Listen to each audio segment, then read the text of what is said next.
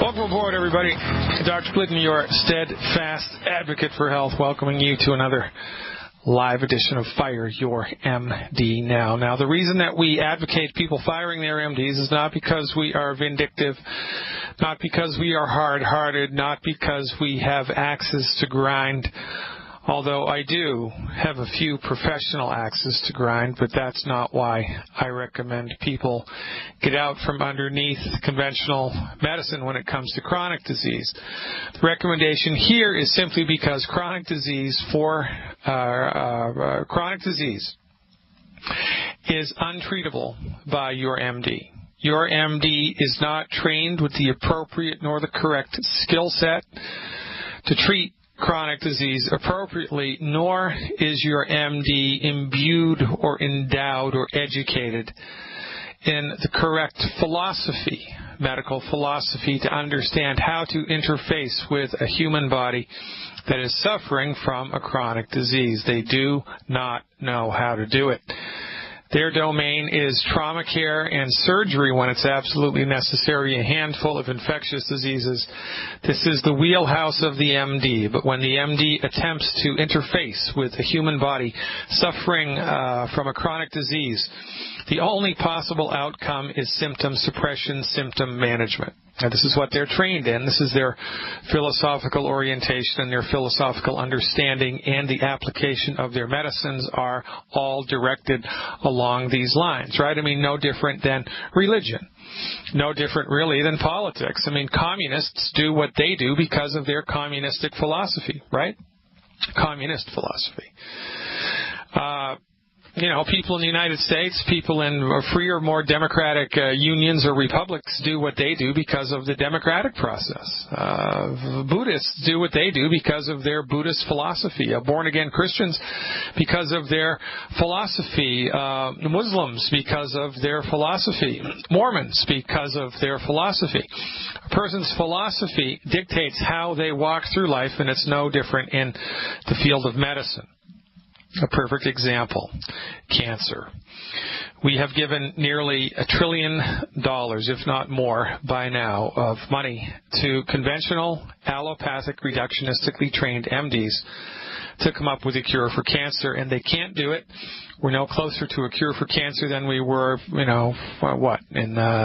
40, 50 years ago, when Richard Nixon started his infamous war on cancer. We're no closer to a cancer cure now than we were then. Because, why? Because we've taken the wrong dog to the hunt. We've brought the MDs to the forefront. We've let the MDs lead the charge.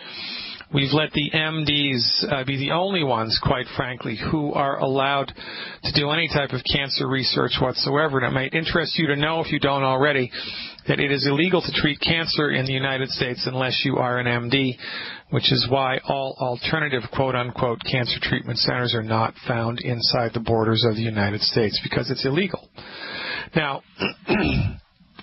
this goes beyond, just being wrong, but that's the subject for another day's discussion. Let me give you a little bit of insight here into what happens with cancer research. So when people are MD-oriented people are attempting to figure out how to fix cancer, here's what they do. They'll take a mouse population, and they will they'll screw with the genes of a particular mouse. They will do metabolic things to the genetic material of the mouse in order to make that particular mouse grow a pancreatic tumor, or a liver tumor, or a bone tumor, or whatever, right? They will mess with the mouse's genes so that the mouse grows a tumor. And then they will clone that mouse. They won't clone the mouse, but they'll make that mouse reproduce with other mice, and now they've got 10,000 mice, all with man-made, metabolically manipulated liver tumor, pancreatic tumor, whatever, okay? So now they have all these mice who have all of these tumors, and then they do different therapeutics, the intention of which is to eradicate the tumor in all of the mice, and then they see which therapeutic works best.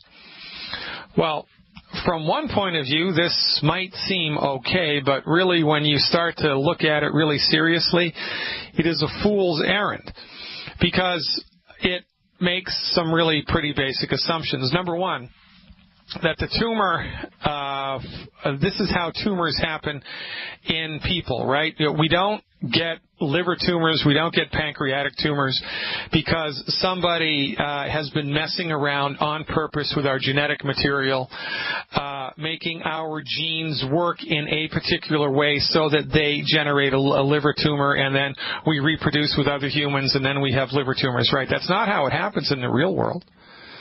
But remember, the MDs trained in the reductionistic method don't understand the pathogenesis of disease. They don't understand that the human body has intelligence. They don't understand that the human body is attempting to fix itself. And more importantly, in this case, they do not understand that the tumor is not the disease. The tumor is the result of the disease. It's not the disease, but the MD thinks it's the disease. So the MD, because of their reductionistic training, has no problem whatsoever spending billions of dollars in donated money, billions of dollars barking up the wrong tree. So they genetically mutate material in a mouse to make the mouse have a liver tumor, and then they try to figure out what to do to kill the tumor. Well, wouldn't it be better to not genetically manipulate the mouse in the first place so that the mouse doesn't have a tumor? Well, it would be. But that's not how they think, because they think the tumor is the disease. And they're all about killing the tumor, when in point of fact the tumor is the result of the disease. And that's not how tumors happen in people. You know, there's not some metabolic magician behind the scenes. There wasn't somebody messing with your genes or your mother's genes. There wasn't some scientist messing with your parents or your grandparents or your great-grandparents' genes in a dark room somewhere which made you have liver cancer. No, that's not how it happens. The metabolic process through which the human body creates tumors is unknown. You would think that it would be known after nearly $1 trillion, if not more, of medical research. You would think that this process would be known, but it is not known. It is undiscovered. Why is it undiscovered? Because the MD has an old-fashioned, incorrect, outdated, juvenile, quite frankly, laughable philosophy of the relationship between the human body and the genesis of disease. They think that the tumor is the disease, and all of their therapeutics are designed to eliminate the tumor. Not one of their therapeutics is designed to uncover the metabolic process that the body created the tumor with in the first place and to fix it, because they do not believe that that's possible. Now, these are the people that you bring your body to. These are the people that you consult with when you have a chronic disease. The people that believe that you are an evolutionary accident. The people that believe that you are a biochemical bag of blunders waiting to go bad. And when something does go bad with your biochemical bag, it's not the doctor's job to fix it, because that's impossible. It's the doctor's job to manage your symptoms with man-made synthetic drugs and or surgery until you die. Because they don't think you can fix heartburn. They have to manage it with a little purple pill. They don't think you can fix type 2 diabetes, so they want to manage it with glyburide and glucophage. It's good for the drug companies, not so good for you. They don't think you can fix arthritis. It's their intention to manage the arthritis with anti-inflammatories and pain medications and knee number 1, knee number 2, and knee number 3. Step right up, folks. Going right now. Knee number 3 on the auction block. $7,000 to $55,000 for one knee. By the year 2020, there's supposed to be 1 million knee replacement surgeries done, even though in, I believe it was 1965. I'll get those dates for you later. The New England Journal of Medicine produced a study that said knee replacement surgery doesn't work. They looked at 300,000 people who had knee replacement surgery over decades. It's called a meta-analysis. They looked at all of this information and they came to the conclusion, you know what? For the money, for the stress, for the expense, the knee replacement surgery is a useless therapeutic. It shouldn't be done because it doesn't produce results. It always fails. The arthritis always comes back. Why? Because the bad knee wasn't the disease. The bad knee was the result of the disease, and the MDs are not trained to be concerned with what causes the disease. They're only trained how to eradicate tissue. That's it. This is a fool's errand. You know? You get it? You getting it yet? Is it sinking through? You need to fire your medical doctor because they're wrong. And they're like a football team and they just have a running game. That's all that they have. They just have a running game. And, we wonder why they always lose. Well, they don't always lose, but most of the time they lose. Because they just have a running game, and that ain't going to cut it. Well, their reductionistic philosophy just ain't going to cut it when it comes to chronic disease. Their reductionistic philosophy is really just what the doctor ordered when it comes to surgery that's necessary. Son of a gun, you've got a bullet in your arm. You need reductionism to figure out how to extract that and so you don't die or get gangrene or your arm falls off, right? That's the domain of reductionism. That's what reductionism is good for. But when you start to bring a reductionistic philosophy to bear on anything other than trauma and surgery and, a handful of infectious diseases, it is a fool's errand, and that is why the MDs fail. You want to know how bad they fail? Leading cause of death in the United States, MD-directed medical treatments. Leading cause of bankruptcy, MD-directed medical treatments. Why is this? Because the most expensive type of medicine is the one that doesn't work. And now, President Obama has, passed a law that makes it mandatory for everybody in the United States to buy medical insurance, which gives them access to chiropractic medicine? No. To homeopathic medicine? No. To Ayurvedic medicine? No. To naturopathic medicine? No. To homeopathic medicine? No. To herbalism? No. Only gives you access to the leading cause of death in the United States. Ladies and gentlemen, the medical system does not need to be upregulated, tweaked, managed, nor massaged. It needs to be abandoned. Because when it comes to chronic disease, it simply does not work.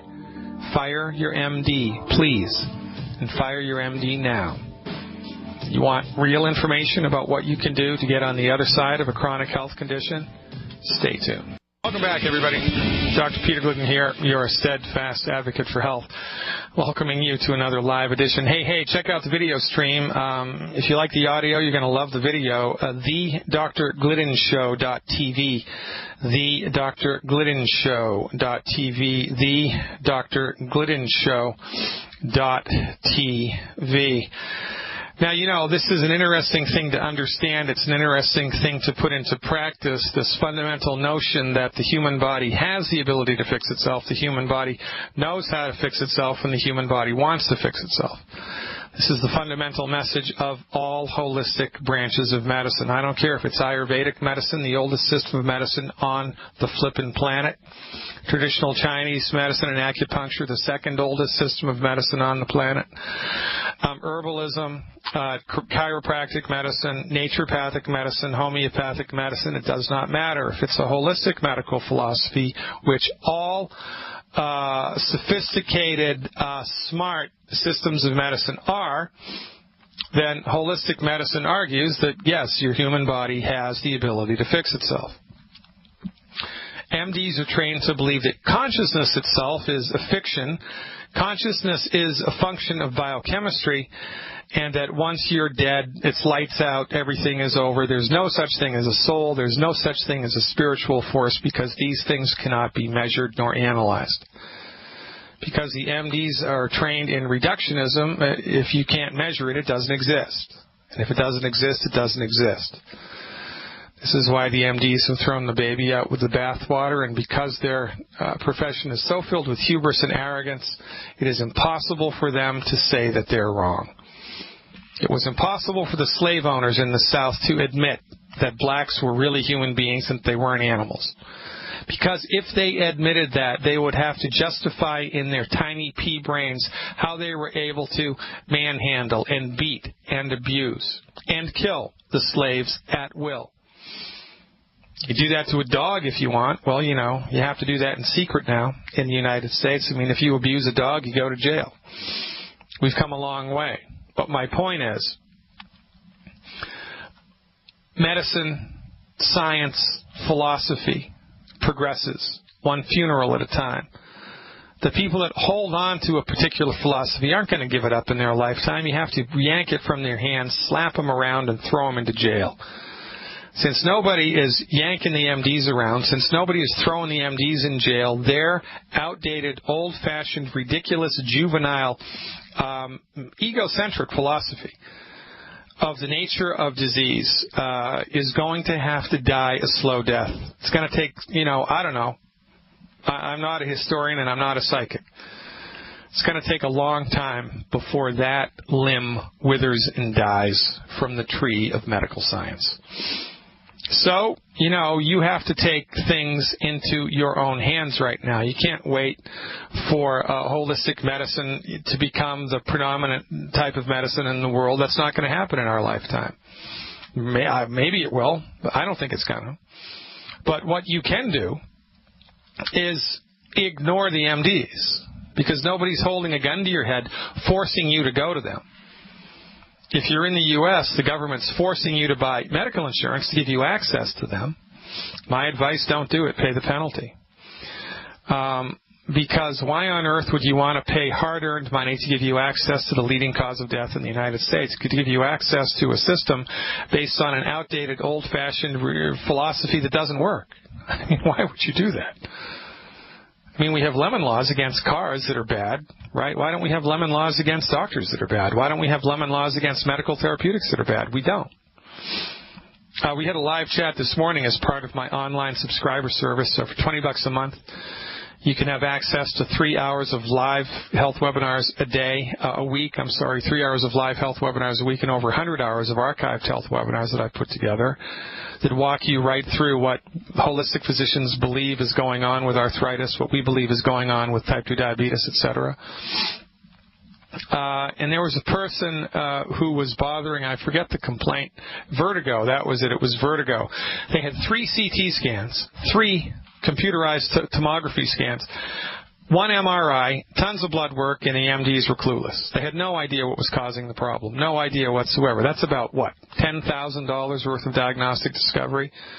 Not to mention the fact that 1 CT scan delivers over 500 times the amount of X-ray radiation that 1 chest X-ray does. That's 1,500 times the amount of radiation that 1 chest X-ray was delivered that person had. 1,500 times the amount of radiation. You want to sign up for that nonsense? I don't think so. And, they didn't fix it. They had no idea. After all of that diagnostic stuff, clueless. Yeah, let's buy medical insurance to give us access to that type of nonsense. I don't think so. The buck stops right here, right now. Stay tuned. Bada boom. We are back, Jack. Celeste in Los Angeles is up first. Let's go to the phones and see what's cracking. Hey, Celeste, thanks for calling. You are live. Hi, Dr. Glidden. I was wondering if you could help me revise my regimen, because I'm dealing with my legs feel cold from the inside, but when I actually touch them with my hand, they're warm. Okay. And it's like stiffness. Like if I'm sitting here and I stand up, I have to creep around until I get to moving, then it stops. But when I sit down again, same thing. Are you bothered by rain at all as far as the stiffness goes? Sometimes. Does rainy weather aggravate this? I mean, can you tell it's going to rain a couple hours before it rains because you start to stiffen up or not? No. Okay. I'm stiff every day. Okay. All right. What else? And the weight. I'm ready to do this. I'm ready to do the ASAP, but I was trying to get control of this first. Well, you don't need to do the ASAP. You can if you want, but the magic behind the ASAP is it requires a 500-calorie-a-day diet. Okay. I don't care how many supplements you're taking. I don't care if you're not taking any supplements. I don't care if you're just drinking Coca-Cola all day long. If you eat 500 calories a day, you're going to lose weight. So what I would encourage you to do is just eat what you normally eat every day for the next 3 days. Okay. And look to see at the end of the day how many calories that was. Count those calories. Count them up. You're going to have to get a calorie counter. I mean, there are apps you can get for your cell phone. There's a million ways to count calories, but you have to count the calorie. You don't have to guesstimate it. You have to count it. And so just eat what you normally eat, and then look to see how many calories that was every day. If it's more than 1,200 calories, you're going to gain weight. If it's less than 1,200 calories, you're going to lose weight. So weight loss ultimately is a really pretty simple thing. It only has to do with calories. You know, that's a lot easier said than done, eating 1,200 calories a day, but that is, in fact, the goal here. Okay? Okay. Stiffness? Okay, stiffness. Well, tell me what you're doing for longevity supplements. I'm doing the Healthy Star Pack. I do 4 scoops a day. Yep. I do one selenium breakfast, lunch, and dinner. I do the EFA breakfast, lunch, and dinner. And I do an ounce of the Osteo FX at night, which is the best thing in that box. I know. It is the best thing in that box, isn't it? No kidding. So you're doing 1 ounce of the Osteo FX a day? At night. How much do you weigh? Because it puts me to sleep. I know. 230. How much do you weigh? 230? Well, here's what I'd like you to try as an experiment for 2 weeks in a row. Okay. 2 weeks in a row. I want you to do 1 ounce of the liquid calcium 3 times a day. I want you to continue the nightly dose of 1 ounce, but I also want you to do 1 ounce in the morning and 1 ounce sometime in the afternoon. Okay. Okay? Okay. Okay. All right. Now, there is a homeopathic medicine which you may find success with as far as the cold sensation that you are experiencing. Okay. It's called homeopathic camphor, C-A-M-P like Peter, H-O-R, C-A-M-P-H-O-R, homeopathic camphor. I would get it in the 200C or the 200CK strength. Okay. Take 2 pellets. Oh, you know what? I just changed my mind. Okay. You're perfectly welcome. Thank you. I have a very sophisticated homeopathic program here. And I just used it while I was talking to you because I am a multitasker. So the homeopathic remedy I'd like you to try instead is called Rus toxicodendron, and that's a mouthful. Let me spell it for you. Okay. R like Roger, H like Harry, U, S like Sam, R-H-U-S. Second word, T like Thomas, O, X, I, C like Charlie, O, D like David, E, N like Nancy, D like David, R-O-N, toxicodendron, Rus toxicodendron. Please get that in the 200C or the 200CK strength and take 2 pellets orally twice a day for 7 days. 2 pellets orally twice a day for 7 days. See if it gives you any leverage on either the coldness in your extremities or the stiffness that you're experiencing after you're motionless for a while. Okay, up the calcium to 3 ounces a day as an experiment. And see how you do and count the calories. You're going to be amazed, number one, at how many calories you're eating. Because that's just a crazy thing, man. I mean, that's just, we are clueless about how many calories we eat, so don't feel bad. I mean, this isn't, it's just human, that's life. I mean, who the hell counts calories? Nobody counts calories, but once you start counting calories, you're going to be amazed. The goal for weight loss, 1,200 calories a day or less. Dial that in. Call me back with a report. I'll look forward to it. What can I do for gallstone? Or what can a person do for gallstone? Well, you want to have healthy bile, because if you have healthy bile, it will dissolve gallstones. If you have healthy urine, it will dissolve kidney stones. So, you want to have healthy bile. And how do you have healthy bile? The 90 essential nutrients and selenium, appropriate for body weight. You must be hydrated. You must be drinking enough water every day. And the sad fact of the matter is there's nobody on God's green earth that has figured that one out yet. You would think that medical science, in all of its sophistication and pomp and circumstance, would have been able to tell you, me, or anybody else how much water we need to drink per body weight per day, but they're clueless about it. So don't ask me how much. Nobody knows. If you have gallstones, drink more water is my advice. Drink more water. Also, what will help a great deal, for 2, 3, 4 months is adding into your program the Ultimate Enzymes by Youngevity. The Ultimate Enzymes by Youngevity. That goes a long way towards supporting and promoting healthy bile production. Okay, I have one more person. She takes Victoza and Metformin and Lipridol, and she's low in vitamin D. And the doctor said her pancreas is still functioning, but not up to par. That's all she could tell her. Well, get her to call me on the radio show. I'll tell her exactly what to do. Good deal. All right. All right, Celeste, you're the greatest. Rock and roll. Keep up the good work. You are always welcome. Hey, it's Alaric in Texas. I wondered where he went. Alaric, welcome back. Howdy. Thank you. How's your horse? Still big. Oh, is that right? Yeah, I tried the 1M, and my left foot just went crazy. It just went swollen. Now, when I was taking the 200 CK, it went, after I finished the whole valve, it went down, but then it went back up. Yeah, so it's not. When I started taking the 1M, it went up. Yeah, so did you stop taking the 1M? Yes, I did. How long ago? Thursday. What day is today? Monday? Yep. Has there been any normalization after you stopped it, or is it still up? It's a little, but it's still a little fat, but it went down from what it was, a little.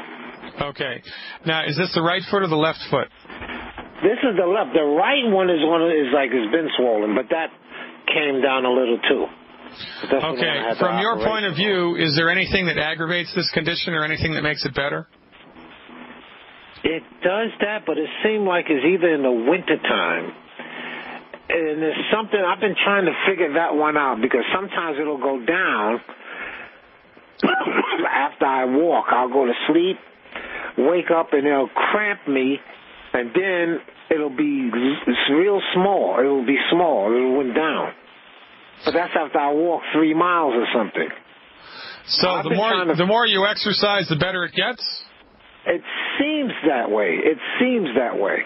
I'll walk 3 miles, and I'll be dead tired. I'll come, I'll eat, I'll take my stuff, I'll take all my vitamins, my nutriments and everything. I'll go to bed. When I wake up the next morning to stretch, bam, a serious cramp. Then I look at my foot, it's down.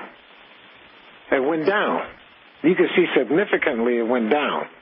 And then as I'm up 15 or 20 minutes, it's back swollen again. That's interesting. Okay, hold on here. Now, why did this begin? Refresh my memory after surgery or something? Give me your history once again. After my surgery,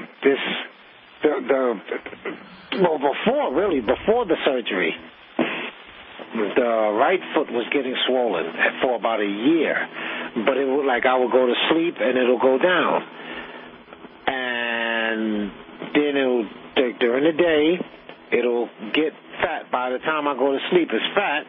Then I'll go to sleep, it'll go down. But then it got infected, and the doctors got to it, and minus the toes. They said it was sugar, which I believe to a certain extent, and I cut it. So you put those two together, I got an infection, and it was high sugar, and then boom. But I'm hoping it's not something to do with the liver or something. But you told me once at a private consultation that it wouldn't be that. No, it's not. You don't have any of the indications that this is a liver thing. This is a real tricky thing because it's tricky because of the history of the surgery, right, and the history of the blood sugars. So are you tracking the progress of your body in relationship to its blood sugar metabolism as we go down the road here? What's going on with that? It's been down. I've stopped tracking it because I'm taking the sweeties and everything, and it's just been down. I haven't been consuming that much sugar. Yeah, and before our program, were you doing metformin or any other blood sugar medication? I had stopped it only after I had surgery. I was taking insulin again, but I stopped it years ago because I knew it wasn't doing me anything. But then I got the surgery. Then I started taking the insulin again, and I knew it wasn't doing nothing for me. My sugar would come down, but it wasn't the problem. There was something behind it. So that was just like a cover. Yeah. That's why I stopped using it. I stopped using insulin. Then I heard Dr. Wallach, and I heard you, so I started with the Sweeties, and I feel better with the Sweeties and using that. Yeah, okay. All right, so, and you're not aware of anything besides, lying down or walking that has any impact in this foot thing, right? No, I've been trying to figure that out. Because like I said, all this winter that passed, it was kind of down. It was down. And then little by little, it would come up. And what was remarkable about this winter? Was there anything, was it hotter than normal, colder than normal? Had you moved into a different house, or what was going on? No, it was pretty cold out here in the winter. It's like the desert out here in Texas. That's interesting.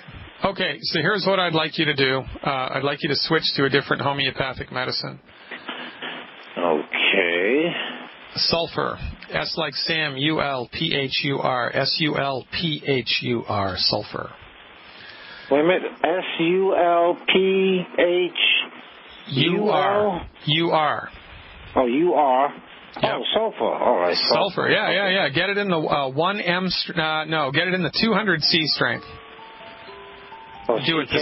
it. 200C or CK. Do it the same way you did the Glidden for 7 days. Continue the diet. Continue the homeopathic stuff. Call me back in about a week after you've done the sulfur, and hopefully you'll have better news. I appreciate your trust, Alaric. Now, let's see what we can do. Appreciate you. Stick around, folks. Much more to come. Check out the live feed, the Dr. Glidden Show.tv. Appropriate for body weight. Liquid calcium, appropriate for body weight, plus 1 extra bottle of liquid calcium a month. Welcome aboard, everybody. Dr. Peter Glidden here, your steadfast advocate for health. Check out the live video stream, the Dr. Glidden Show.tv. 69 people from all around the world are in the house.